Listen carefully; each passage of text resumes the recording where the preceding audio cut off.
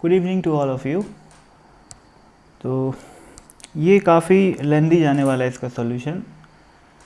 अगर कुछ लोग इस क्वेश्चन को बहुत जल्दी से सॉल्व कर ले रहे हैं तो कहीं ना कहीं उनकी एनालिसिस अधूरी है। अधूरी एनालिसिस से भी इसका आंसर आ जाता है, लेकिन ये मैं चाहता हूँ कि इस पूरा क्वेश्चन का जो फील है वो मैं आप लोग को दिलाना चाहता हूँ। और इस क्वेश्चन के थ्रू मैं स्टैंडिंग वेव की इक्वेशन को ज़्यादा बेहतर तरीके से समझाने की कोशिश करूँगा। और अगर पूरा अच्छे से ध्यान दे के समझोगे तो स्टैंडिंग वेव की इक्वेशन ज़्यादा अच्छे समझ में आएगी, ऐसा मेरा मानना है। ठीक है, पहले मैं क्वेश्चन पढ़ लेता हूँ।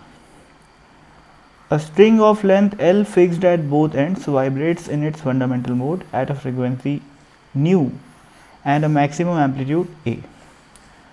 स्ट्रिंग है जिसकी लेंथ L है, जो कि दोनों एंड से क्लोज है, मतलब दोनों एंड फिक्स है रस्सी का, और एम्पलीट्यूड मैक्सिमम एम्पलीट्यूड A है ना, और स्टैंडिंग वेव बनी हुई है और फंडामेंटल मोड है। तो इसका मतलब रस्सी का जो शेप होगा वो कैसा दिखाई देगा, कुछ ऐसा। ये दोनों फिक्स एंड है और एक लूप बनेगा। फंडामेंटल मोड में कितना लूप बनता है, एक लूप। ठीक है, अब रस्सी की लेंथ दी हुई है अपने को L, और साथ ही साथ मैक्सिमम एम्पलीट्यूड, यानी कि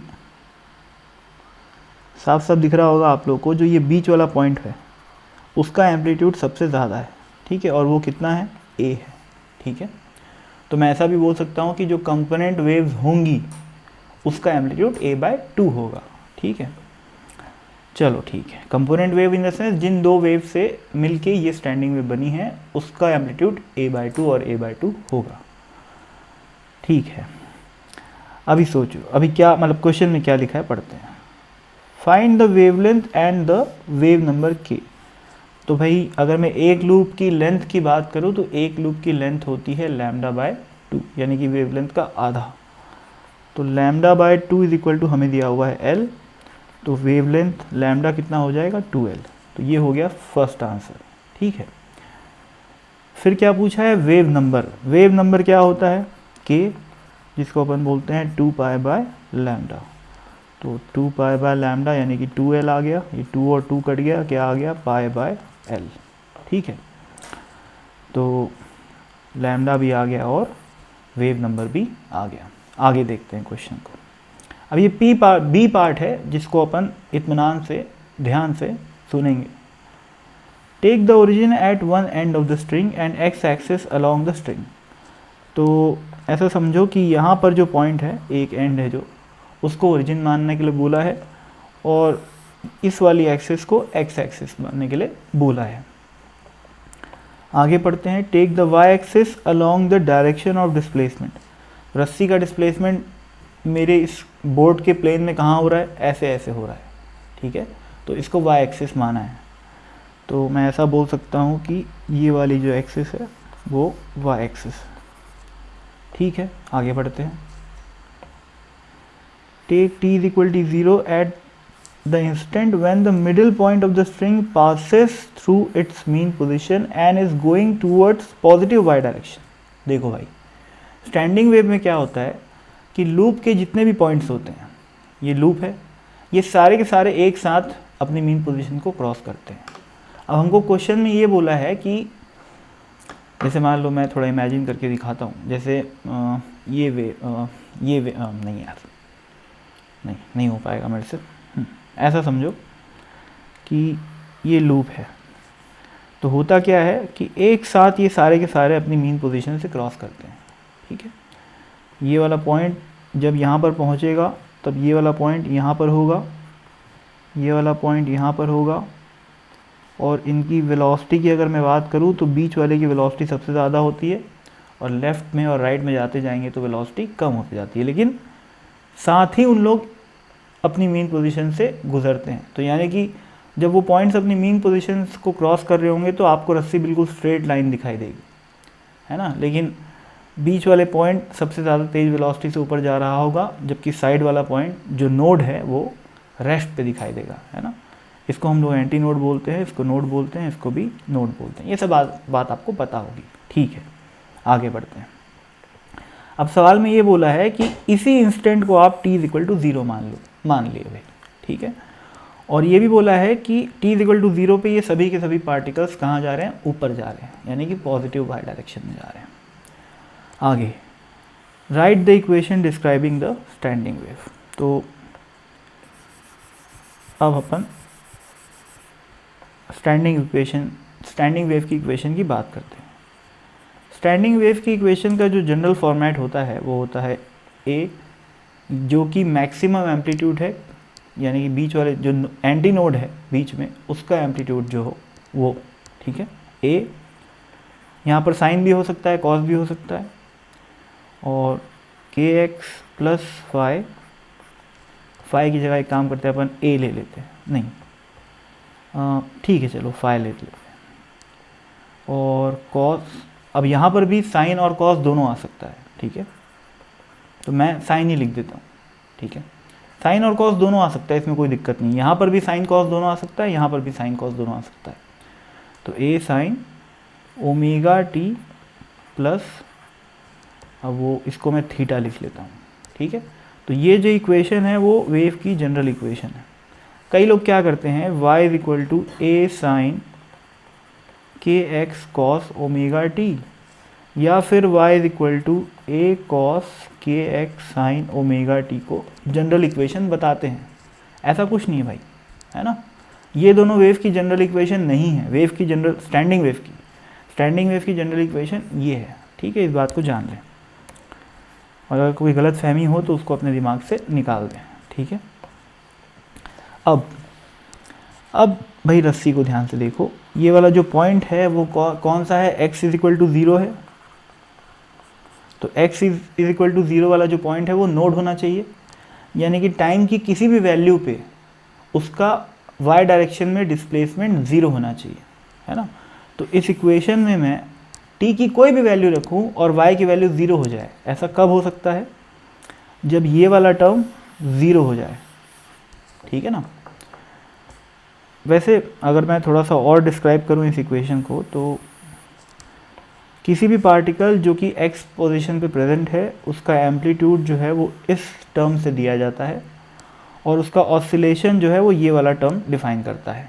ठीक है, क्योंकि अलग अलग टाइम पे इस चीज़ की वैल्यू अलग अलग होगी, और ये जो है अलग अलग पोजीशन पे अलग अलग होगा। तो अलग अलग पार्टिकल या अलग अलग x पे जो पार्टिकल प्रेजेंट है उसका एम्पलीट्यूड अलग अलग होता है। ठीक है, तो सोचो कोई ऐसा पार्टिकल जिसका एम्पलीट्यूड हमेशा 0, जिसका डिस्प्लेसमेंट हमेशा 0 हो, उसी को नोड बोलते हैं। यानी कि उस पार्टिकल के लिए ये वाला टर्म क्या हो जाएगा, 0।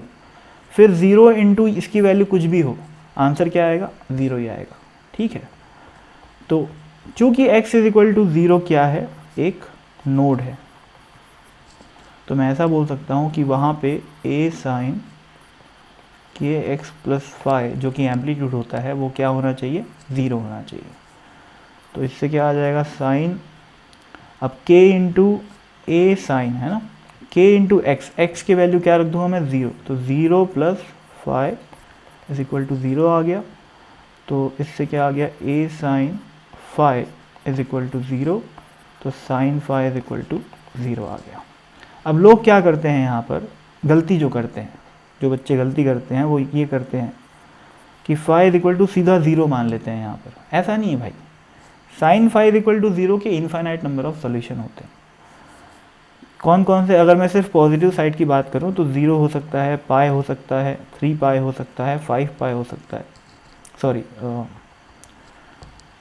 2 पाई हो सकता है, 3 पाई हो सकता है, ऐसे करके। ठीक है, तो 0 लिखूँ चाहे 2 पाई लिखूँ बात एक ही है, पाई लिखूँ चाहे 3 पाई लिखूँ बात एक ही है। और ये बात को समझने के लिए आपको थोड़ी गणित आनी चाहिए, है ना, तभी समझ में आई होगी बात। तो फिलहाल मेरे पास सिर्फ 2 ही ऑप्शन बचे, 0 और पाई। ठीक है, क्योंकि 2 पाई का रोल तो 0 प्ले कर लेगा, 3 पाई का रोल पाई प्ले कर लेगा, और वैसे ही यहाँ पर जो अगला 4 पाई आएगा वो उसका रोल भी 0 प्ले कर लेगा।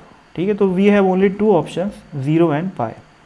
तो जो मेरी वेव की इक्वेशन है ये वाली, वो क्या क्या बन जाएगी,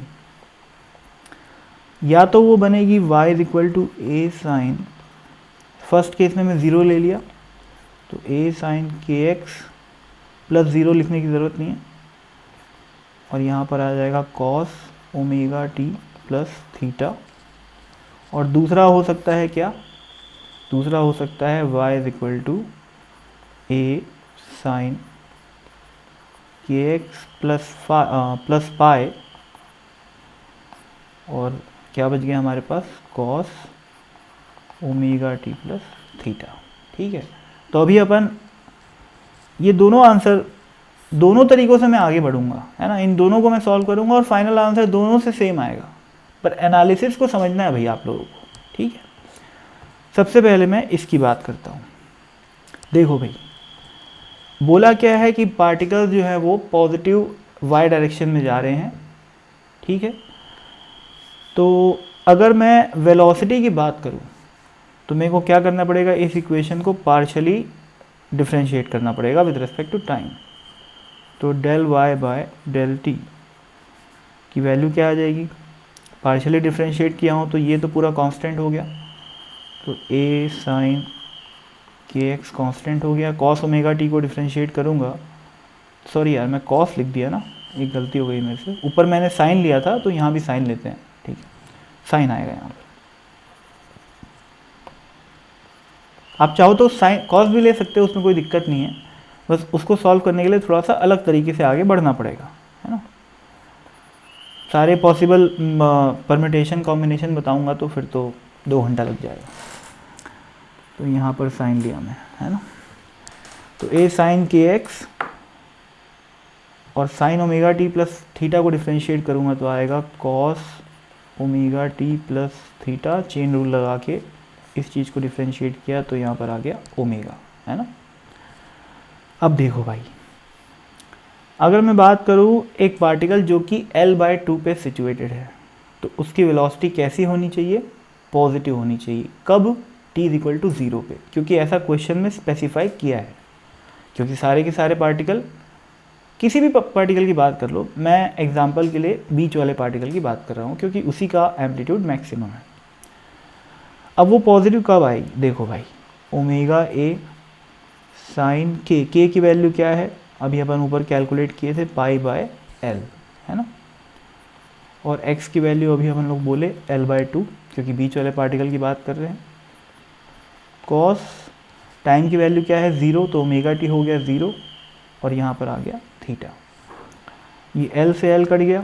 साइन पाई बाय 2 क्या होता है, 1 होता है, तो ये तो पॉजिटिव आ गया, ओमेगा ये भी पॉजिटिव है।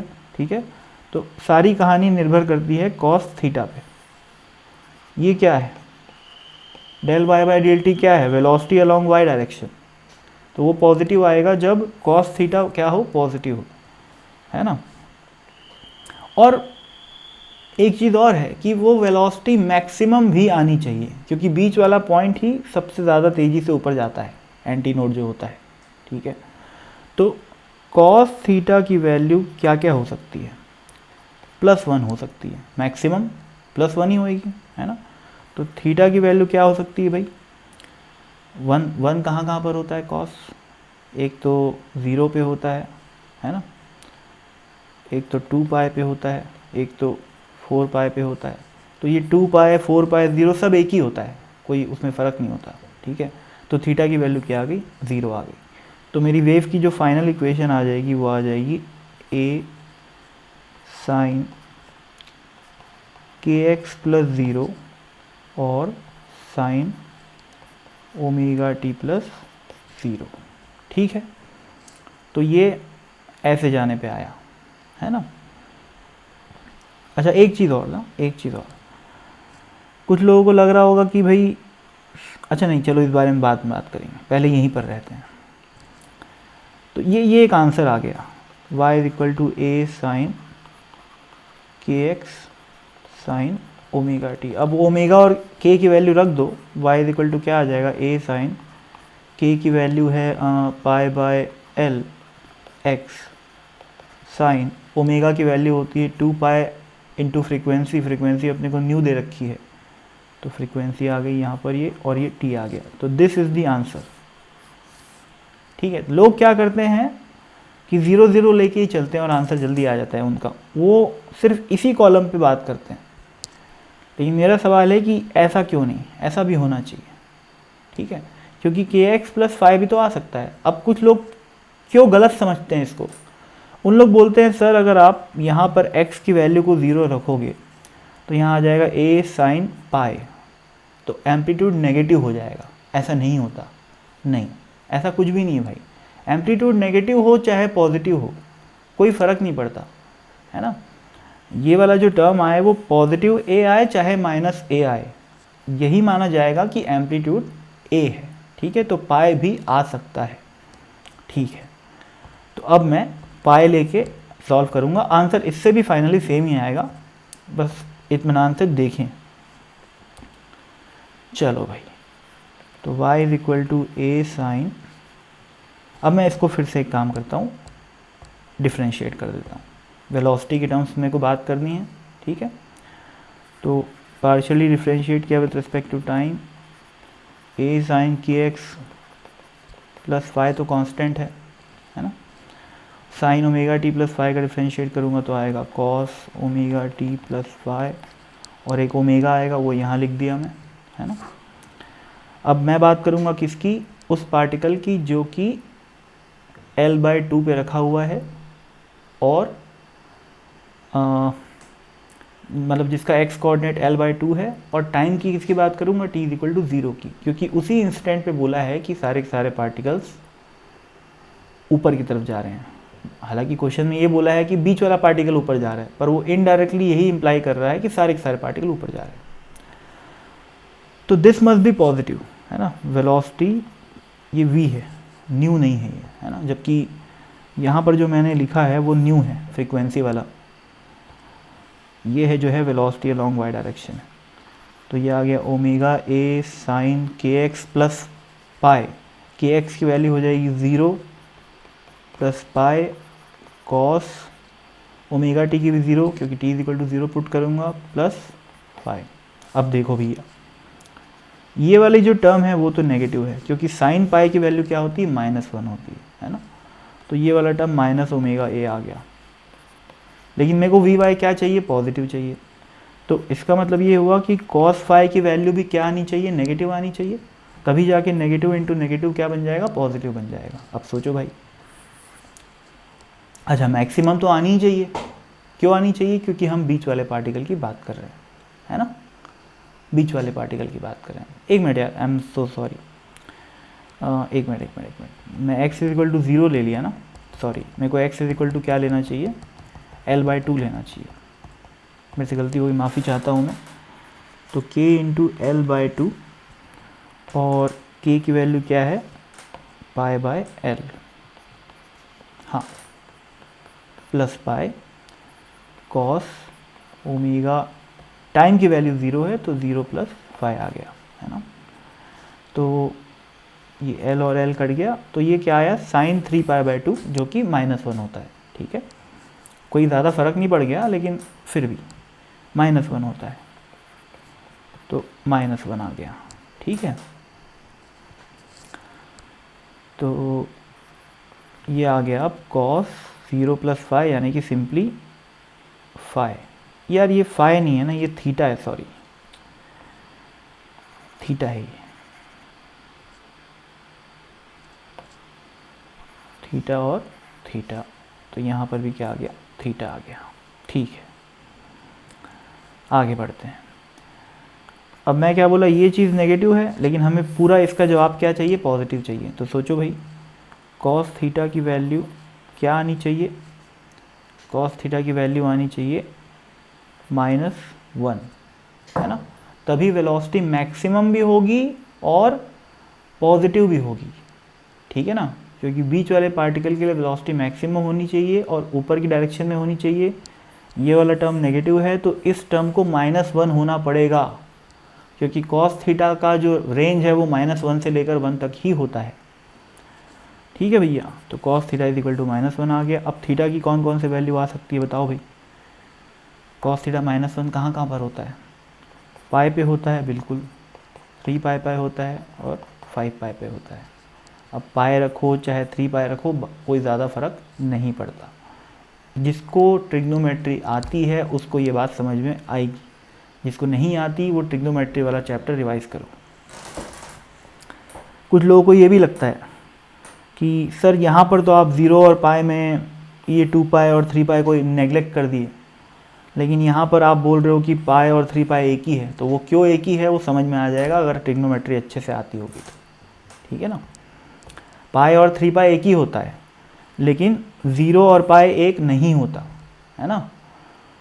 0 और 2 पाए एक होता है, ठीक है। पाए और 3 पाए एक होता है, ठीक है। तो यहाँ पर पाए हो चाहे 3 पाए हो 5 पाए हो सब एक ही है, ठीक है। चलो आगे बढ़ते हैं।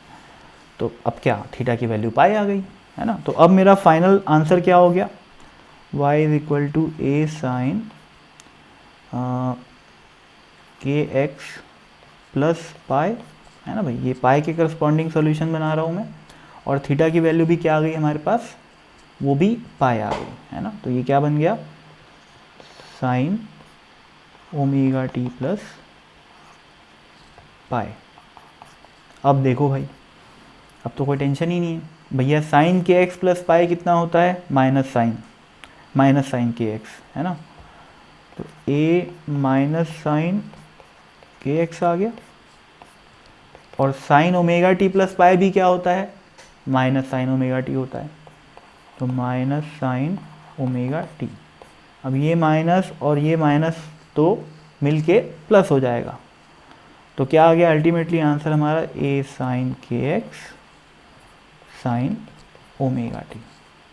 अब फिर से भाई वो के एक्स, के की वैल्यू पुट कर दो, ओमेगा की वैल्यू पुट कर दो, है ना। ये जो तुम्हारा आंसर निकल के आएगा ये वाला और ये वाला दोनों सेम ही आएगा, ठीक है। के की वैल्यू क्या है, पाई बाय एल, और ओमेगा की वैल्यू क्या है, 2 पाई न्यू, है ना भाई। तो ये है कंप्लीट सॉल्यूशन इस क्वेश्चन का। कुछ लोग हड़बड़ी में रहते हैं और कम जानकारी के आधार पे जल्दी जल्दी बना देते हैं, है ना। तो वो सब उससे ठीक है, आंसर आएगा, कोई दिक्कत नहीं। और पहली बात तो तुम लोगों की जो एग्ज़ाम होती है वो ऑब्जेक्टिव होती है, 4 ऑप्शन में से एक ऑप्शन सेलेक्ट करना पड़ता है। तो उतनी मगजमारी करनी ही नहीं पड़ती जितनी मैं यहाँ पर किया हूँ। लेकिन फ़िलहाल हम लोग एग्ज़ाम में बैठे हुए नहीं हैं, फ़िलहाल हम लोग एक सब्जेक्टिव क्वेश्चन कर रहे हैं, और उस क्वेश्चन का उद्देश्य ये है कि आप स्टैंडिंग वेव की इक्वेशन को समझ सकें, ताकि यदि कोई बाल की खाल निकाल के क्वेश्चन पूछता है पेपर में तो बना पाओ, है ना, अंडरस्टैंडिंग के लिए। एग्ज़ाम में इतना करने का ऑब्वियसली समय नहीं रहेगा, ठीक है। लेकिन सबसे पहली बात ये कि ये एग्ज़ाम का प्रश्न नहीं है, ये एक बुक का प्रश्न है जो कि सब्जेक्टिव क्वेश्चन है, ठीक है। जो कि चाहता है कि आप कुछ सीखो, और ये वो तरीका है सीखने का, ठीक है। ये एक बात हो गई। दूसरी बात ये कि जो मैं बताया कि कुछ लोगों को लगता है कि स्टैंडिंग वेव की इक्वेशन ये दोनों होती है, ए साइन के एक्स कॉस ओमेगा टी और ए कॉस के एक्स साइन ओमेगा टी। ऐसा कुछ नहीं होता भाई, है ना। ये बहुत बड़ी गलतफहमी है लोगों की। This is the general equation. उसमें भी साइन और कॉस, यहाँ पर साइन भी आ सकता है, कॉस भी आ सकता है, साइन भी आ सकता है, कॉस भी आ सकता है। तो 4 स्टैंडर्ड वेव की इक्वेशन निकल के आती है ना। Sine cos, sine cos sine और कॉस कॉस, ऐसे 4 इक्वेशन बनती है ना।